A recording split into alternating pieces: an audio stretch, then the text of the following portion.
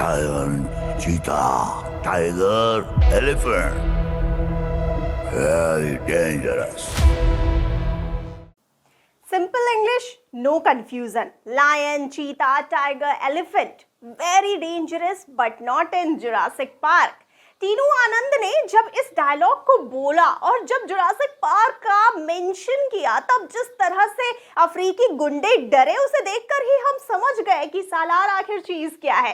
इस डायलॉग को कुछ लोगों ने सेवेज कहा तो कुछ लोगों ने फनी, लेकिन क्या आप जानते हैं कि टीनू आनंद ने इस डायलॉग में किए थे इम्प्रूवमेंट्स।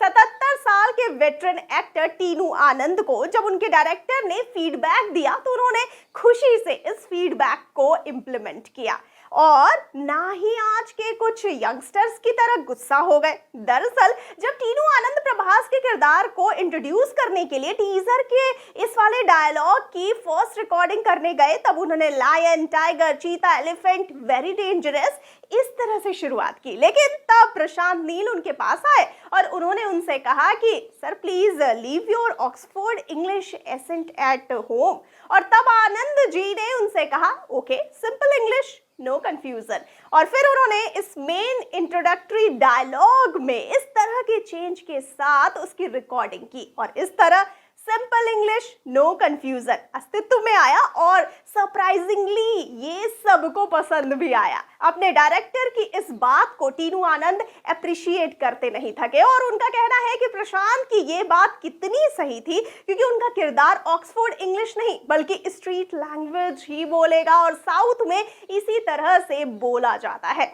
इस बात से एक बात समझ में आ सकती है कि टीनू आनंद एक डाउन टू अर्थ पर्सन है और प्रशांत नील मैथ्स के टीचर की तरह एक स्ट्रिक्ट डायरेक्टर जो अपनी फिल्म को परफेक्ट बनाने के लिए छोटी से छोटी चीज का ध्यान रखते हैं। और इसीलिए तो उन्होंने वीएफएक्स अच्छे से ना बनने की वजह से ऑफिशियल रिलीज डेट को भी बदल दिया और अपनी फिल्म की क्वालिटी के साथ कोई कॉम्प्रोमाइज नहीं होने दिया क्योंकि वो ऑडियंस को एक अच्छा सिनेमैटिक एक्सपीरियंस देना चाहते थे।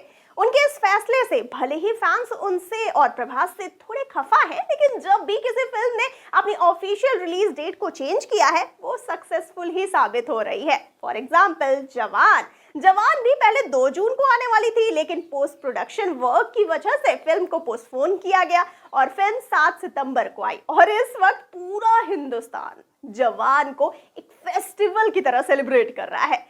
फिल्म के पोस्टपोन होने की खबर तो फिल्म मेकर्स ने ऑफिशियल अनाउंसमेंट के साथ दे दी, लेकिन उनके इस पोस्ट में फिल्म की अगली रिलीज डेट शामिल नहीं है क्योंकि अब प्रशांत नील कोई रिस्क भाई नहीं लेना चाहते हैं। और साथ ही जो स्पेकुलेशन लगाए जा रहे हैं कि फिल्म नवंबर या दिसंबर में आएगी वो भी थोड़ा इम्पॉसिबल लग रहा है क्योंकि अभी सालार के 300 वीएफएक्स शॉट्स, प्रभास के कुछ सीन्स और उनकी डबिंग जैसे काम बाकी है और साथ ही नवंबर में टाइगर 3 आ रही है और दिसंबर में एनिमल और डंकी, तो पॉसिबिलिटी पूरी बनती है कि फिल्म को 2024 तक पोस्टपोन किया जाएगा। तो आपको क्या लगता है कब आएगी सालार? हमें कमेंट सेक्शन में अपनी राय जरूर बताइए और जाते जाते इस वाले वीडियो को कर दीजिए लाइक और शेयर और चैनल को सब्सक्राइब करना बिल्कुल ना भूलिए और मुझे यानी कि श्रुति को दीजिए इजाजत। नमस्कार।